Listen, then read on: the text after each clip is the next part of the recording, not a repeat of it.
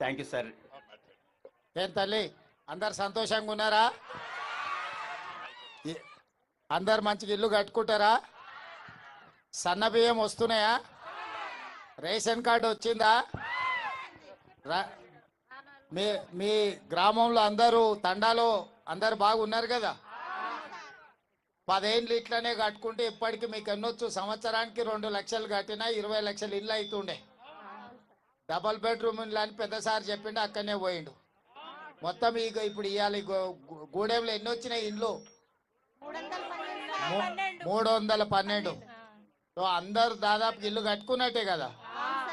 మీ అందరి ముఖాలలో వెలుగు కనిపిస్తుంది, సంతోషం కనిపిస్తుంది. ఆదినారాయణ మీ ఊరు మీ గూడాన్ని మీకు సాయం చేయాలని శాఖ మంత్రి ఎవరో తెలుసు కదా, ఇండ్ల శాఖ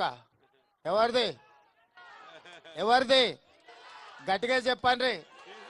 మరి మీ శాఖ మంత్రి ఇవాళ మీ అందరి కోసం ఇల్లు కట్టించిండు. ఖమ్మం జిల్లా నుంచే మంత్రి ఉన్నాడు, మీ అందరికి మంచి చేయాలని చేసిండు. గట్టిగా సప్పట్లు కొట్టూరి. ఈ గూడెంలో సప్పట్లు కొడితే పక్క గూడెం వాళ్ళకి ఇల్లు ఇస్తాడు సారు. మీ అందరు సంతోషమే కదా? మీ అందరు సంతోషమే మా సంతోషం. నేను మా శ్రీహరి గారు మహబూబ్నగర్ నుంచి మీ సంతోషంలో బాగా. సరిగ్గా గృహప్రవేశం చేసేటప్పుడు చినుకులు పడ్డాయి.